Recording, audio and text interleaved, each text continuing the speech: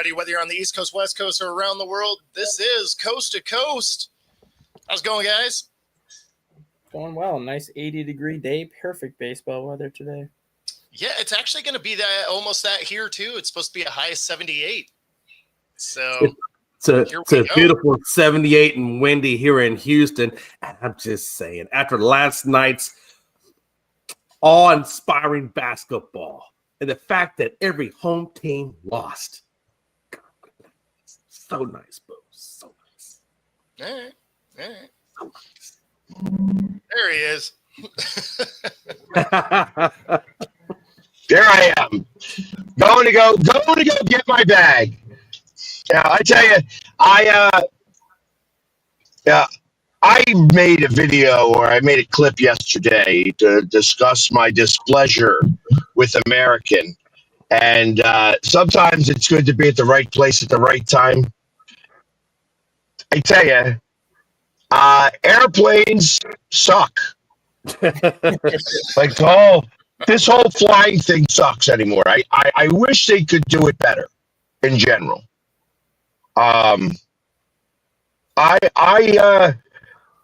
So they canceled my flight. After I left you guys yesterday, I went to the airport. I sat at the airport. Knew I was there a little early. You know, it's like, okay, here it is. I'm at the airport. It's 12:30. My flight doesn't leave until 4. Then gets pushed back 4:30. Then gets pushed back again 7. Then 7:30. Then 8. Ultimately 9. 9 o'clock. 9 o'clock is when we're supposed to go in. Everybody gets on the plane. Pilot's like, hey, guys, we're on the plane. We're going to get home here. It's going to be a great thing. Blah, blah, blah, blah, blah. Does all this talking. 2 seconds later, gets back on the intercom and says, sorry, guys. I know I just said all that stuff, saying, hey, that we're going to get out of here, but they're canceling this flight. So everybody's got to get off. And I'm like, are you kidding me? And they're saying it's because of weather. So I go and pull up the freaking radar. So let's pull up the radar. Let's see what weather is being the problem from Nashville to Philly. Yeah. And you got no rain. Not a drop of rain in between the two of us. And they're saying it's an act of God. So the act of God means that you do not get anything. No food, no nothing, no accommodations. You're screwed. And I'm like, but there ain't no friggin' rain. There's no rain. There's no nothing. I've got people on this now that are calling pilots that are in the air, and they're saying, no, the rain. It's a beautiful night. So I just so happen to be, like I said, and they got this long ass line of people now. All had to switch their flights, all of which don't have a place to stay. All of them are trying to figure out where they are where they're going to stay in the airport. And I tell you, airports really make sure that you don't stay there anymore. Like they do everything they can to make it as uncomfortable as possible. Yeah, absolutely. Like they put armrests on each chair. Every chair's got an armrest. Yeah. What does that do? That makes sure that you can't lay across like 6 seats. No, you lay on the floor. You lay on the floor. That's what you do. You can lay on the floor if you want, but I don't like laying where millions of people have walked. Well, I don't like it either, but there's a damn armrest in my back. Well, you don't even get to have armrests because they're tall armrests. Yeah. Yeah, like you can't. They're tall enough where you can't slip underneath them. Yet, it's like it's a pain in the ass. Yeah. So, and I'm like, there's no way I'm even cool about this. I said it's Cinco de Mayo, and I have not had a margarita yet all day long. I did, and I tell you.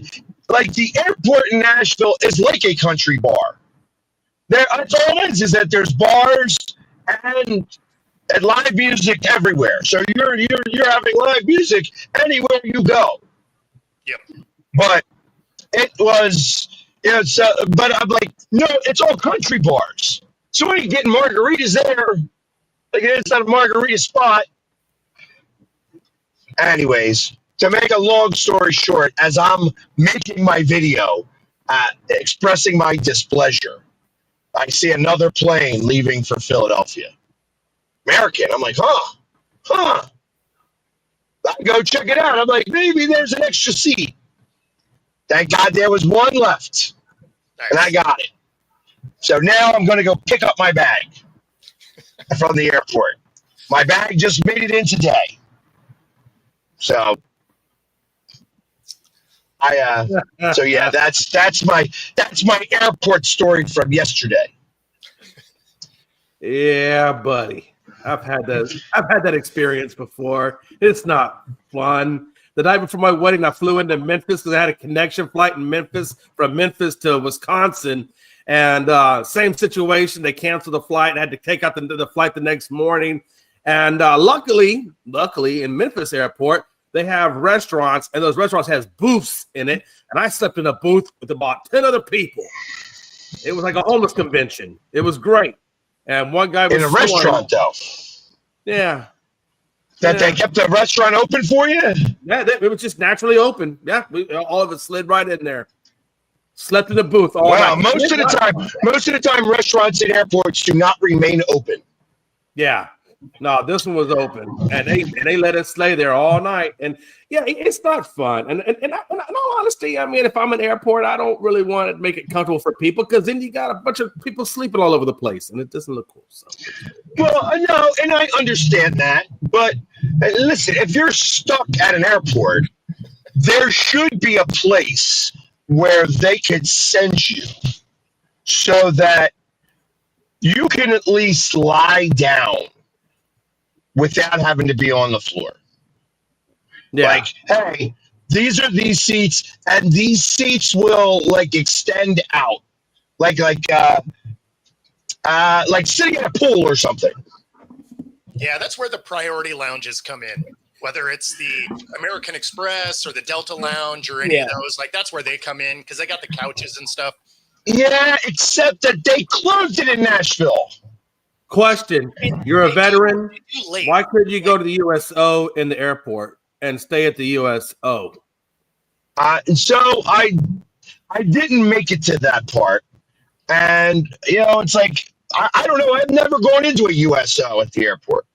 Because in USO they have Lazy Boy recliners. You could have stayed at a Lazy Boy recliner and probably watched a movie or two, and you would have got fed because at the USOs they have snack bars and drinks. See, maybe that's what it is. But I've never been in a USO at the airport. Do I have to show something? No, you just yeah. I think you usually what I do is I take my DD-214, and that usually gets me in because you don't have an ID card. I have an ID card now, so usually you take your ID card. But what you can do is take your wherever I fly, make a copy of your DD-214, not the original, but a copy, fold it up, put it in your wallet, and then when you go to airports, if that happens to you. You just whip it out and say, "Hey, look, I'm a veteran," and they will more than accommodate you. All right. Well, see, and that's good to know because I keep my DD-214, a copy of it as a picture on my phone, just in case. Yeah, because some places now, like even though it says that I'm a veteran on my license, some people don't accept that. That's not good enough. So I'm like, okay, well, now you get to see, here's my DD-214. Here's a picture of it because I don't carry that around with me. No, if you ever find yourself in a situation like that again, you already have the DD-214 on your phone. Just pop into the USO, show them your phone, show them your DD-214. They'll let you in, and you can have snacks and the recliners and movies, and it's nice. It's a good way to before you have to catch your flight. So, and every airport has a USO in it, every one of them. Well, and I will definitely I might take advantage of that the next time that this happens, because ultimately, if you are flying, if you fly a lot, this happens. Yep. This occurs. But I was a little frustrated that they chose to use the "oh no, we're not at fault" situation here, because they were absolutely at fault. So they had their That's American Airlines for you, though. Like they absolutely barbecued me once. I was flying to Jamaica, and I had to fly into LAX. I'm sitting there in a Starbucks looking at the screen. They never updated the screen. They changed the gate, the wing, and the time. The flight actually left a half hour early. So, but on the screen, it still said the same thing. I walked down there and they're like, oh yeah, we announced it in the gate here that it's over there, but your plane already left. It left early. And they went on to say that also isn't their fault. And I'm like, okay, but shouldn't it be on the screens, right? Like, shouldn't we update that so that if you're somewhere, I don't know, anywhere else in the airport, you know? And so then they're like, well, you can either book a new flight or you can try a different airline. What they didn't tell me is if I book another airline, it negates my trip home. So I didn't get to find that out till day of trying to fly home, go to check in, and I didn't have a flight anymore because they canceled my return flight because I didn't use my flight down. And so I ended up, because of American Airlines, buying 3 same-day tickets. It was one of the most expensive vacations I think I've ever been on, just flight-wise. Like it was absolutely ridiculous. So I do have some personal hate for American Airlines. Well, we're going to go find my bag right now. So we're going to see how this works. To be fair, Jay, that trip to Jamaica was a train wreck top to bottom. That actually wasn't even the worst part of the whole trip. I don't know that I've ever been more excited to hear the tires go in my home airport.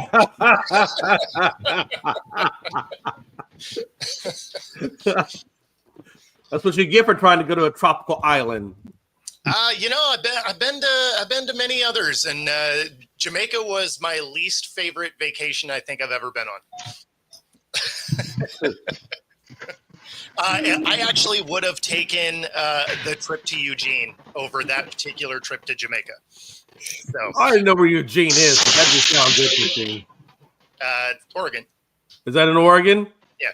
Okay. Yeah, it's actually not even a terrible trip for me. It's Eugene, I think, is 5 hours away from me. Oh, okay. But, yeah. Wow. Yeah. Y'all ready to talk some basketball while Pags looks for his spag? I mean, I guess, sure. Yeah. I figured you'd want to talk about your Dallas Stars. Yeah, that man. I tell you what, that's how I didn't even watch that game, but I was so enamored with the basketball. I think at that point, I even forgot they were playing. To be honest with you, did you guys watch it or? No, I was rebuilding part of a fence. So I did watch a little bit of it. You know what? I also watched the draft. They did the lottery for the NHL. And first off, I don't understand what the frig happened for that. Right. But I know that the Flyers got screwed again. They got screwed again.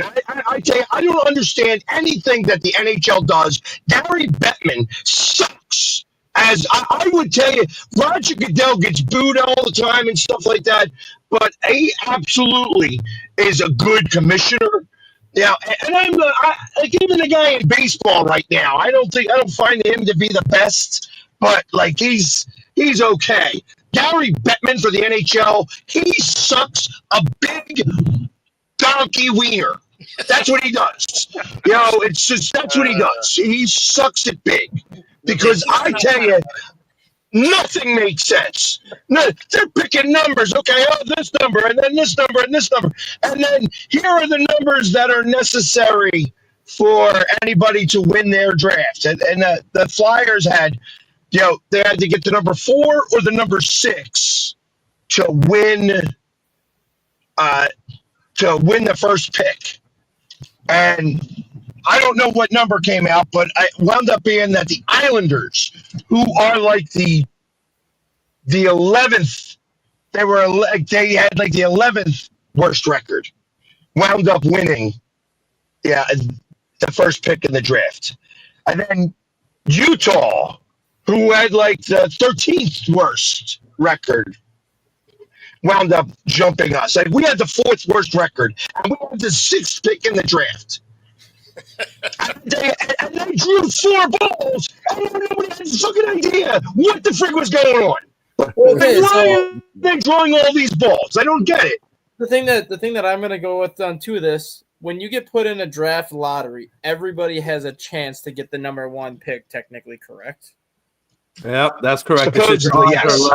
So they said the Detroit Red Wings, who ended up getting the 13th pick in the draft, they said the Detroit Red Wings went into the draft lottery last night with a 0% chance to get the number 1 pick. How do you have a 0% chance to get the number 1 pick if you're in the lottery? Yeah, but it was 0.2. No, they said they had a 0. They said teams 14, 15, and 16 had a 0.0% chance to get the number 1 pick. Then why the hell put them in the lottery? If they have no chance to get it, why even stick them in there? Yeah, that doesn't make any sense. I thought every team was supposed to have at least somewhat of a chance to get the number 1 pick, but they said picks 13 through 16 had a 0.0%. That's not true, because the Islanders wound up with the first friggin' pick. That's why I know. That's what I'm saying. Like, how do you have a team with a 0% chance, and then you have this other team that's kind of on the same level getting the number 1 pick? It made no sense how that lottery played out last night, like at all. Exactly. It's a conspiracy. I'm telling you. It's something. It sucked. I tell you, I watched it and I'm like, what the hell is going on? I don't understand. Like they're picking 4 balls, and at the end of those, like the 3rd ball they chose, then they decided to go to a commercial and show the balls keep going, because ultimately that's what's happening there. And then as the commercials are going, and then they go back to pick out the ball. There's 2 chances for the Flyers to get the first pick. There's 2 chances for somebody else to get the first pick. There's only 1 chance for the team who's got the biggest, the most amount of time. You know what I mean? Like that's like the number 1 chance to get the first pick in the draft. Yeah. They only had 1 ball that they had to get. So, like, at one point, the Flyers had a better chance of getting the first pick in the draft than the team that was slated to get the first pick in the draft. That's right. They had 1 chance called no chance. Exactly. So they wind up losing. They wind up getting the 2nd pick in the draft. The Phoenix/Utah get the 3rd pick. And so it's actually Chicago. So no, San Jose got the 4th pick. They went from number 1 to 4. Chicago, and the NHL loves to jerk. I gotta watch my language here, but I tell you, Chicago always gets friggin' preferential treatment by the NHL. NHL's always on Chicago's dick about giving them a better pick. I can tell you, they suck. The NHL as an entity sucks. 100%. Gary Bettman should be shot. We do not support violence on this show. We are non-violent people. There's anytime you have like a lottery, like how it used to be the lottery for like baseball and NBA and NHL, like there always used to be those conspiracy theories of like what team would get first place. You're too calm, Dustin. If you could punch it up a little bit, like, man, what are we doing? You know what I'm saying? Look, you got Pags over here about to throw a coronary, and then you come in like a wet board mortician. What the hell? Well, I'm just saying, like, you always have those conspiracy theories, right? Like, if when the Chicago Bulls won the draft lottery in 2009, the year they drafted Derrick Rose, there's a big conspiracy theory that you're basically saying Derrick Rose is a hometown kid from Chicago. They wanted to make sure the Bulls got Derrick Rose to kind of not necessarily make people forget about Michael Jordan, but to make them relevant for the first time since Michael Jordan played. Like that was a conspiracy theory that year. The year with Connor Bedard and the Blackhawks. The conspiracy theory was the Blackhawks are an original 6. They want to make the Blackhawks relevant again, so they gave them the number 1 pick to get Connor Bedard.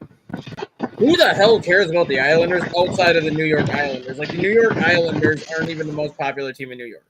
Why the heck are they getting the number 1 pick if you want to make this a conspiracy theory?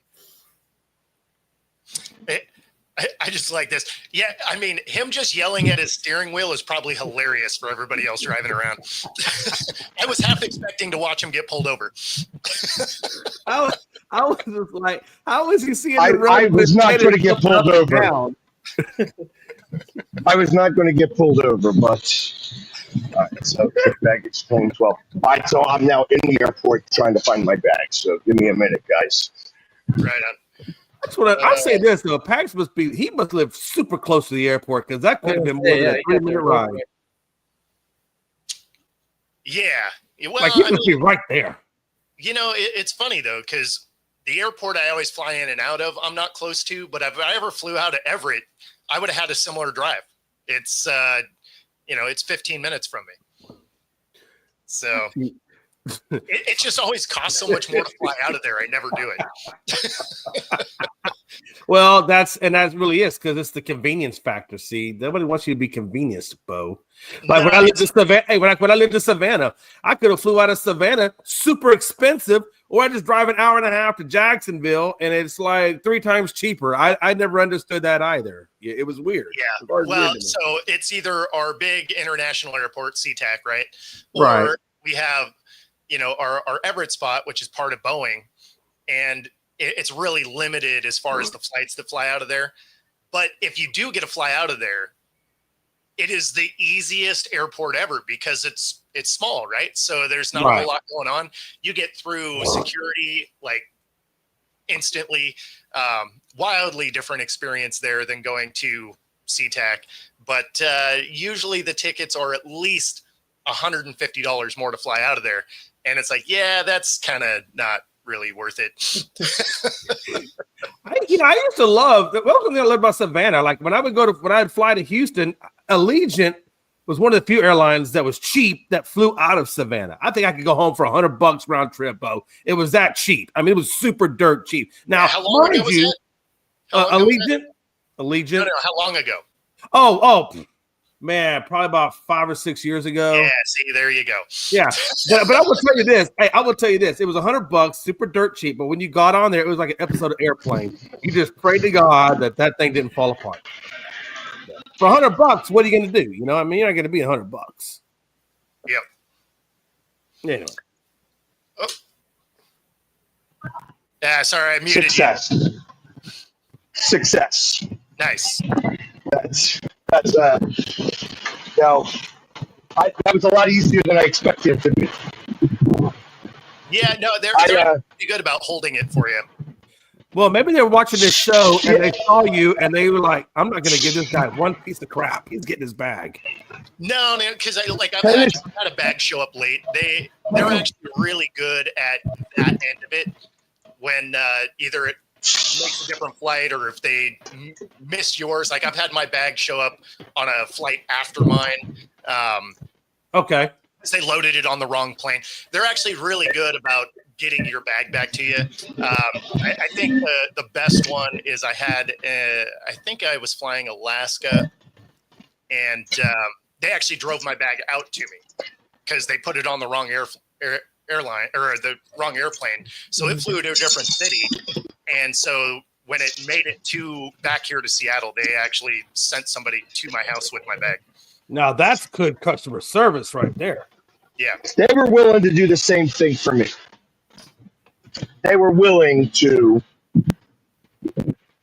drive it back. Yeah.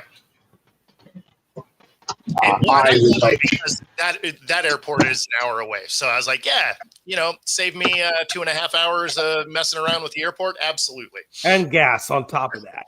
No, that's what I mean, right? Because an hour there, hour back, half hour getting my crap and whatever parking would have been.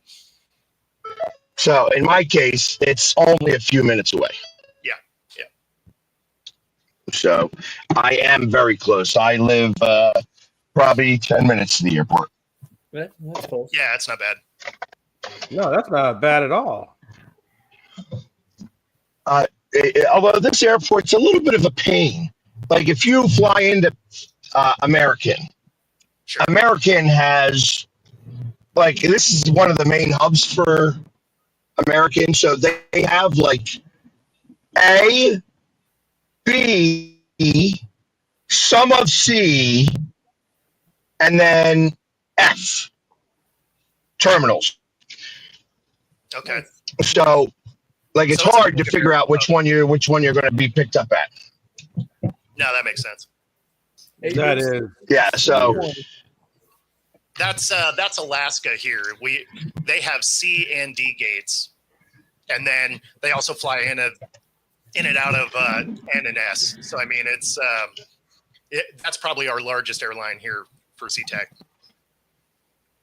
right, because I mean, Alaska's got its own marking here. Yeah. Like Alaska is E. Yeah. Along with but that's also Spirit and Frontier and Alaska, like those, and JetBlue, if that's even still a thing. JetBlue, that was another cheap airline. Holy cow. Yeah. It's funny that they put Alaska in there with a bunch of discount garbage airlines. Well, they probably do it because Alaska is an American partner. Yeah, they partner with American and Delta. Yeah. So it's like you can book with American, but you could wind up flying Alaska, which is what happened when I went to Denver and then went to Seattle from Denver. I booked American, but flew Alaska. Frankie, bringing That'll be. I take naps on this chair. I just like that he's saying you're not even wearing bottoms. You would know, apparently. This is the only chair where I get relatively good lighting. If I sit anywhere else, you're gonna just have the sun just staring into the lens because of where the windows are. Well, at least your chair matches the wall, so that's good. That's right. You know they make lighting, right? They make what? God forbid on curtains. No curtains. They make lights and curtains. It's well, crazy. we have curtains, but where the sun comes in the window, it just goes like right through the curtains. Like on that, all my windows are on the other, like where my hand is pointing. All my windows are on that side of the house. Yeah, so couches and which is where all my other chairs and stuff are. So you have blinds. No, we have curtains and blinds. But you don't have blinds too? Yeah, we do. But the sun still comes through like the sides of the blinds. It's just the way the light is and where the sun is at this point. I gotta be honest with you. I lived in Wisconsin and I never had sun that bright. Well, we got bright sun kind of gray. We got bright sun today. It's actually a street light, you know.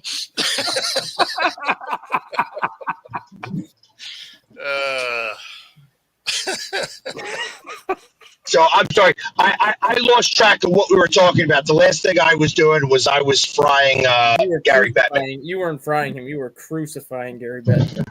And listen, he sucks. He sucks as a commissioner.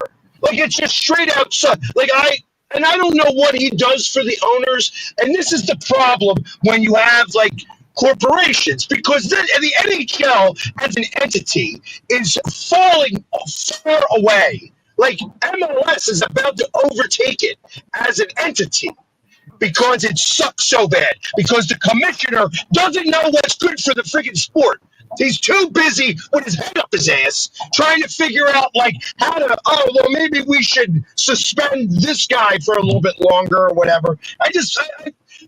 Commissioner's job are to make sure, one, that the sport is doing what it's supposed to do, it's entertaining, and how do we push it more? How do we get more revenue and more money from the sport?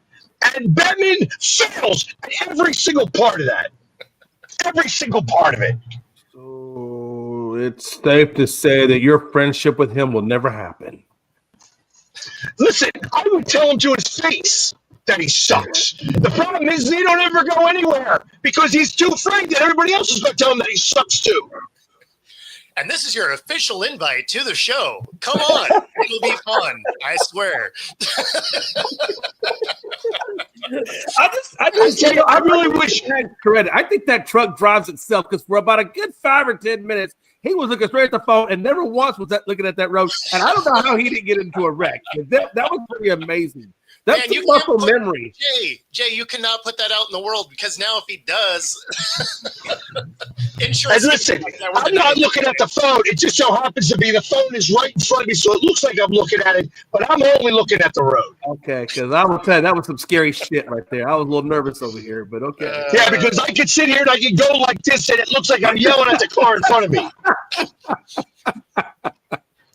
Hey, look, I felt the same way. Look, the Rockets had multiple times in the lottery, multiple times, and we've had multiple ping pong balls, and we always wind up in third, fourth, or fifth. And But they do it the way it's supposed to get done. They do it the way it's supposed to get done, though. Like it's hold on, you have this amount of opportunity, so you get this many ping pong balls. Yeah.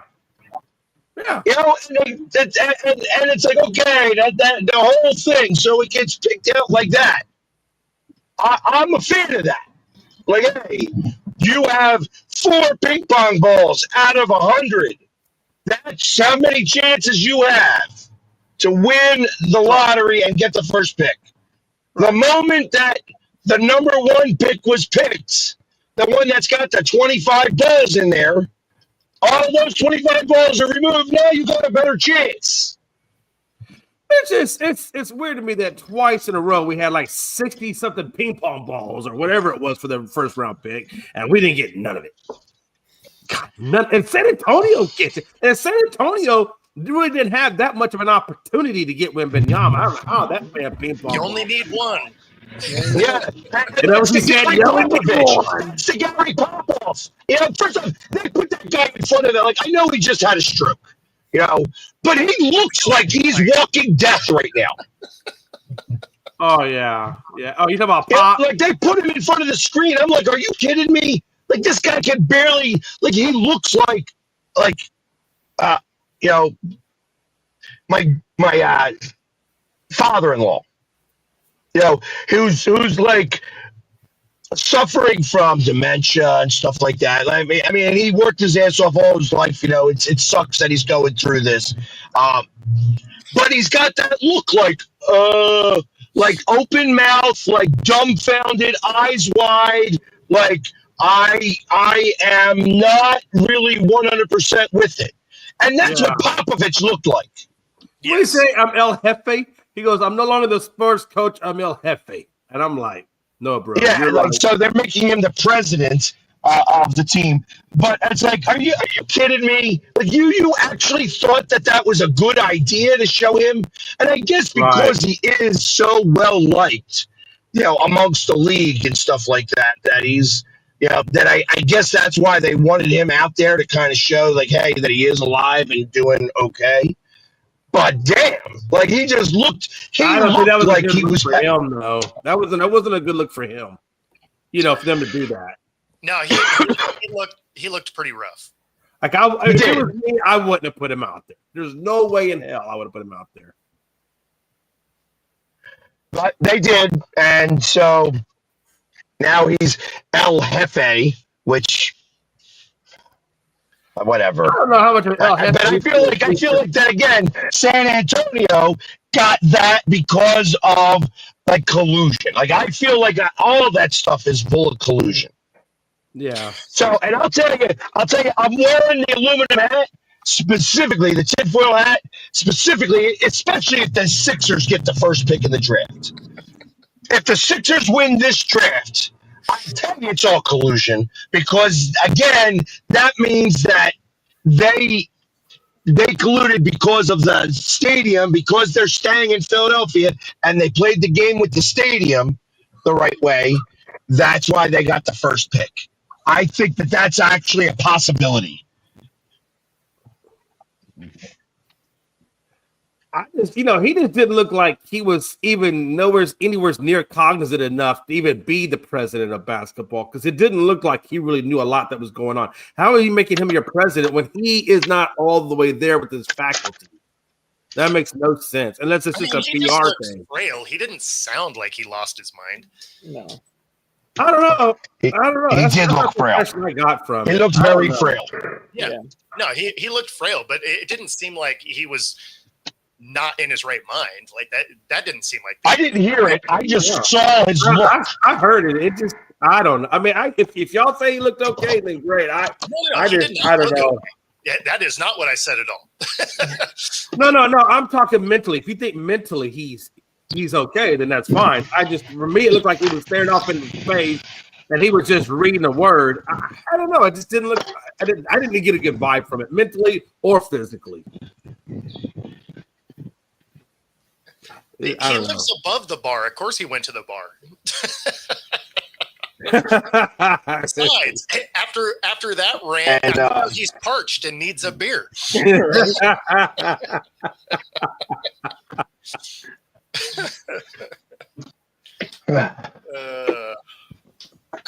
tell you, it's been one of those days. Has it? Tell us all about it.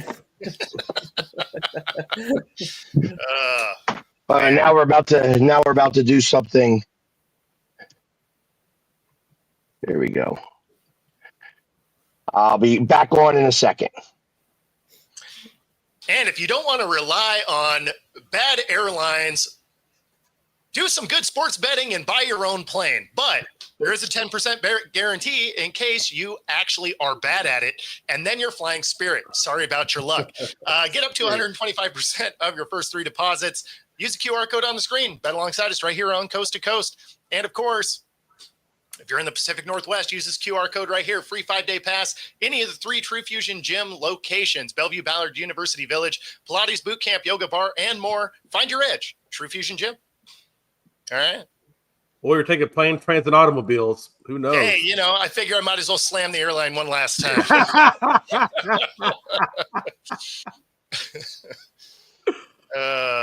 Man.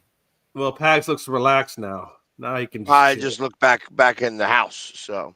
Yeah, but you look more relaxed. Your veins have gone back to their normal position. Nah, there's just not as good a lighting, so you can't quite exactly. tell. Is that what it is? Okay. Well, maybe if you're lucky enough, you can get some of Stat Guy's lighting, because apparently he's living underneath the sun right now. I am. Very well.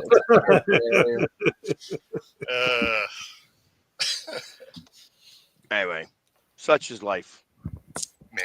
But I thought it was interesting, though, real quick. So the Pacers go in, handle business against the Cavaliers. Knicks go in, struggle, all the way to the 4th, and then just go off, and then they take out the Celtics. And then, after that, you get Denver going in, and it looked like OKC was handling business, and everything was great. And then at the very last minute, everything went completely left, and Aaron Gordon comes away with his second clutch game-winning point, and none of the great teams that we thought were going to be great came away with game 1 win. All of them lost at home. I thought that was crazy. I mean, I have never seen a good night of basketball as what I saw last night, because there was no way you were turning off that TV. Even when the Celtics were down, or the Denver Nuggets were down by like 10, 15, whatever, they never were out of it. They kept battling. And I mean, it was just I got to be honest with you guys, this is some of the best basketball I've seen in a hot minute, honestly, these last 2 games. That's what experience in the playoffs does, though. Not always. Always. Denver's obviously the more experienced team than Oklahoma City. So when you get when you get put in those situations like that, Denver's going to have the edge over Oklahoma City at this point. Cleveland and Indiana are about the same when it comes to experience, but Rick Carlisle is a much more experienced head coach in the playoffs than Kenny Atkinson is. So again, the same thing, like he knows how to make those playoff adjustments, I think, a little bit better than Kenny Atkinson does on the fly. And then you look at the other 2 series going on. Golden State's going to be facing Minnesota. Golden State is by far the more experienced playoff team in that group. Like, if anything, like you're not going to bet against Golden State in a close game or kind of in playoff situations.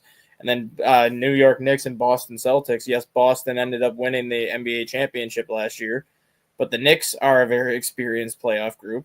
Tom Thibodeau is a very experienced playoff head coach, and those guys are in the same division. Like, those 2 teams know each other so well, so you're going to see kind of the way that game kind of panned out the whole series.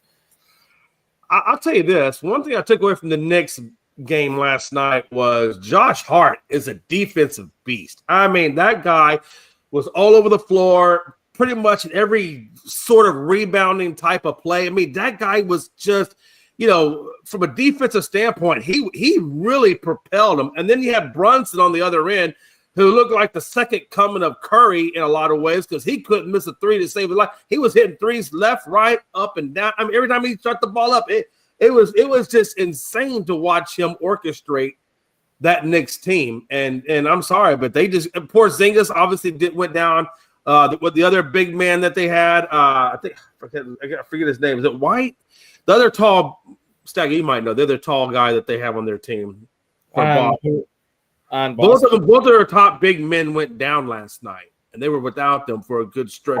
Cornette and Porzingis. Yeah, that's probably what Cornette. Both of those guys went down, and they didn't have either one of their big men. So I will give them a little bit of slack there because they didn't have a true big man presence. But still, man, that Knicks team, Josh Hart, man, I salute your defensive last night because that was amazing.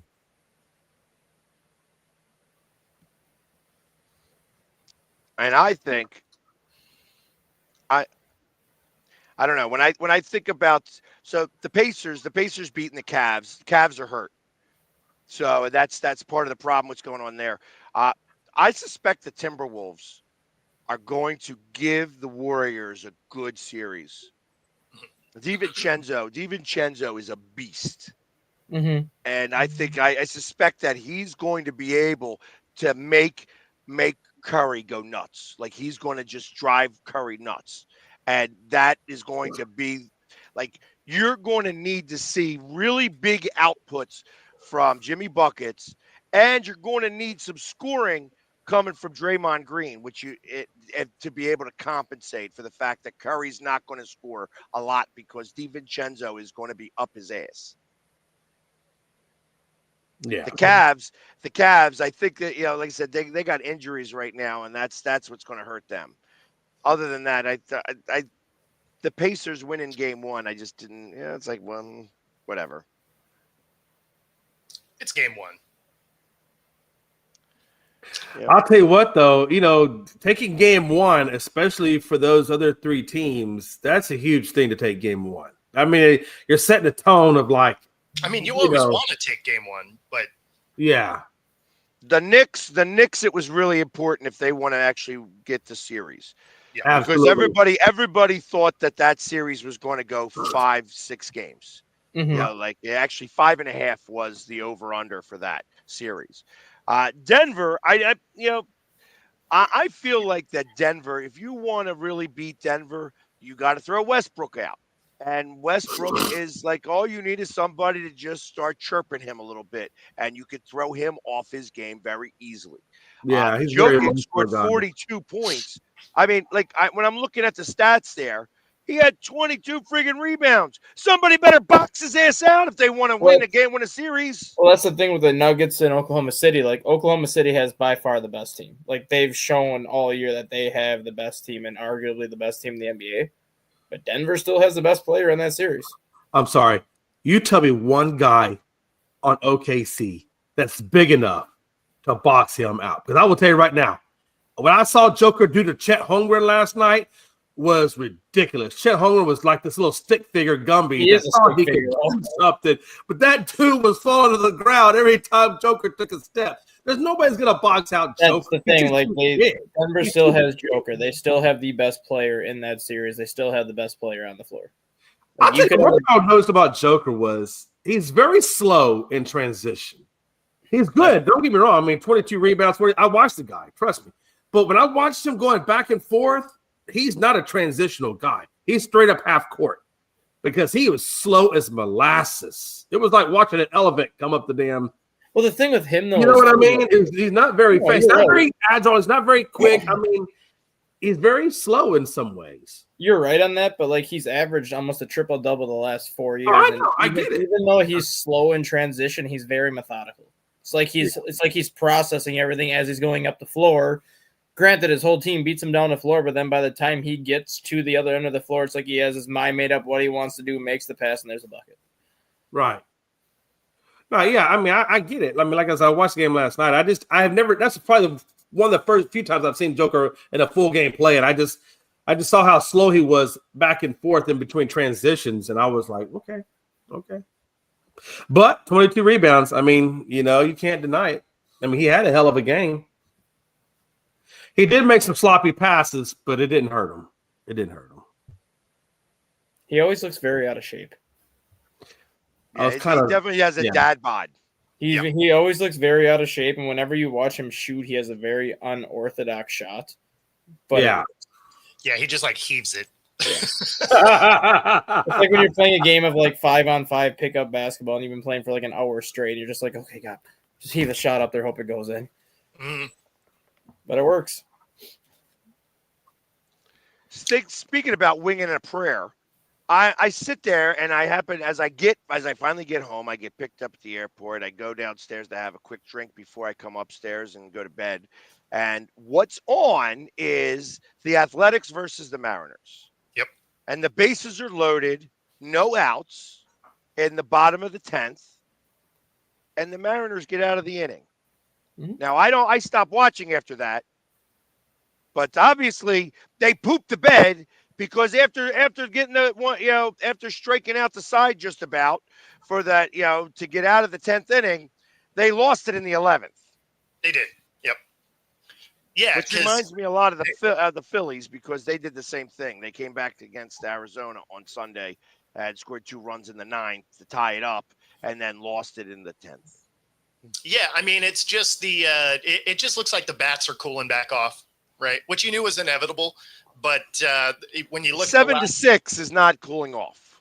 No, but they couldn't get a clutch hit at the end of the game. Yeah, right. Like they didn't have it. But yeah, I mean, it is what it is. It's interesting to see that the Athletics could be leading the division. They have the same kind of wins as the Mariners. They're technically a game back because they've played 2 less games, but 2 more games rather, because they have 2 more losses, but the same amount of wins. But yeah, no, it'll be interesting because I mean, if you go into their game today, if they win, they would take over first place, which is weird to say for the A's. I mean, I never thought I'd see the day that the A's were in first place in my lifetime. I mean, they were earlier, but when you're talking about that situation too, where the bases were loaded and they were able to get out of the inning, as much as I hate the ghost runner rule at second base, just because I think it's stupid, it is dumb. It really goes to show you how pathetically bad teams are in fundamental baseball now. Yes. You're being gifted a runner at second base. Drop a bunt down to get the guy to third or hit it over to first to get the guy to third. It cannot be that hard. And ever since they made this rule, people are scoring less or teams are scoring less runs in extra innings now with the ghost runner than they did without the ghost runner. Like, I don't understand how you can be scoring less runs when you're gifted a runner at second base with nobody out.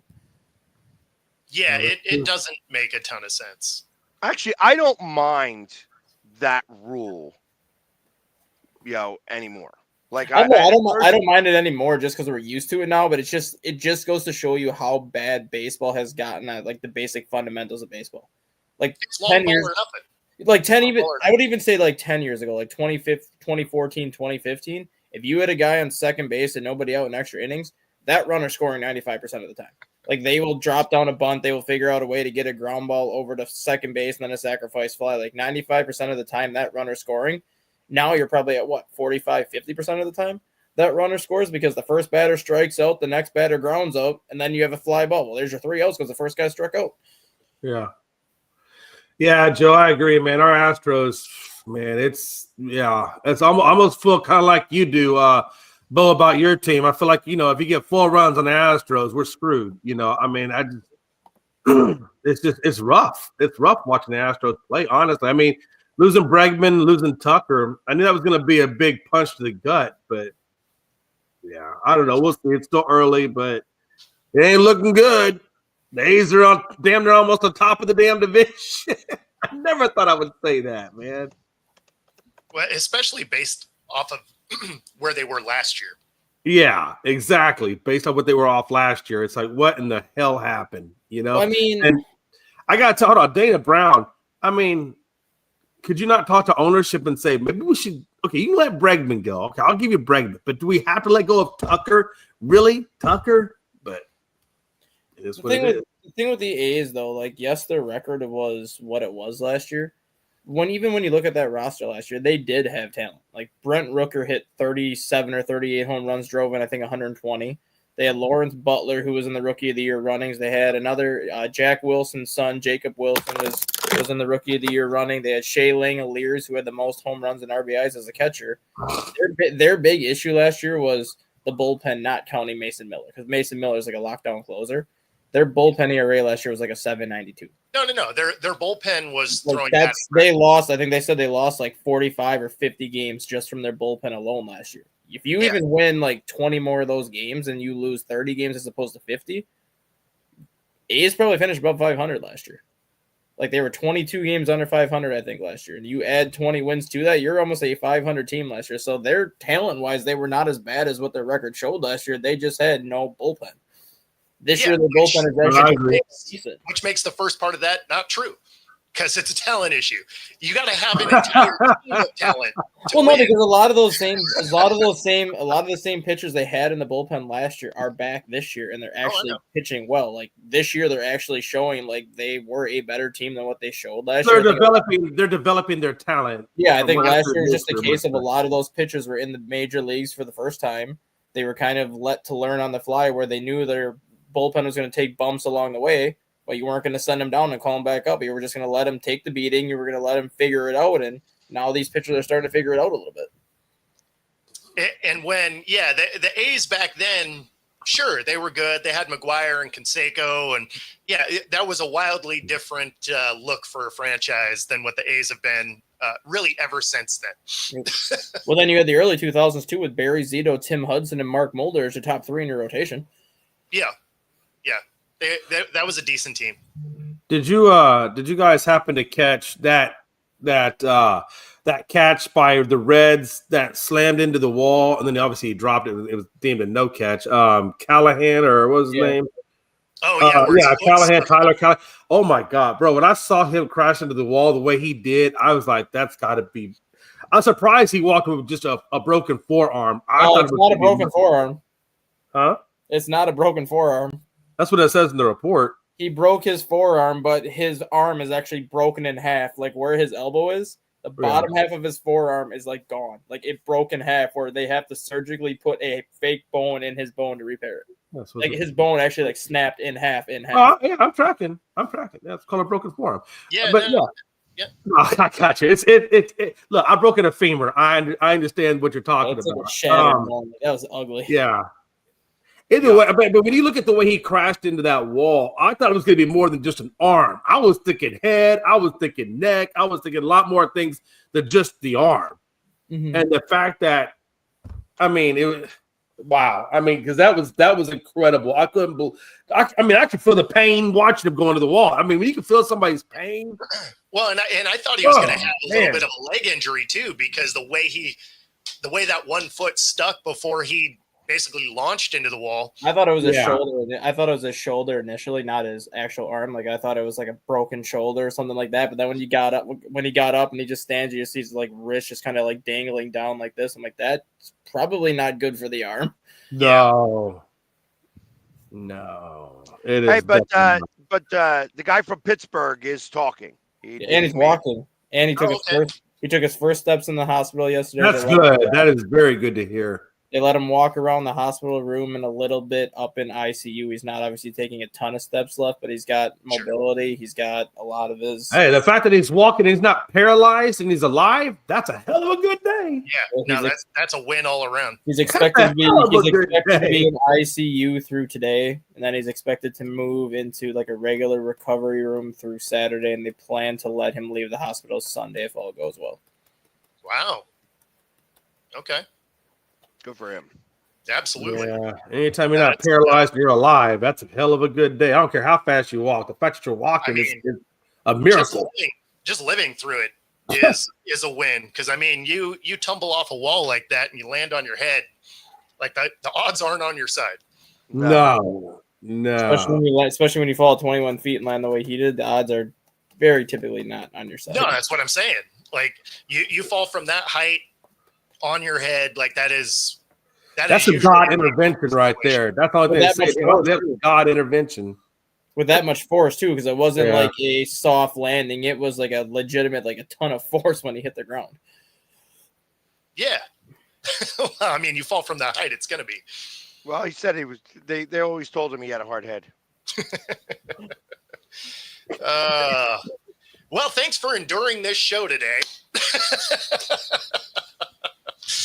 If you're watching on YouTube, be sure to like and subscribe. If you are watching on Roku, stay tuned for the next hour. Otherwise, we're going to get out of here and maybe even talk some sports tomorrow. Take it easy, everybody.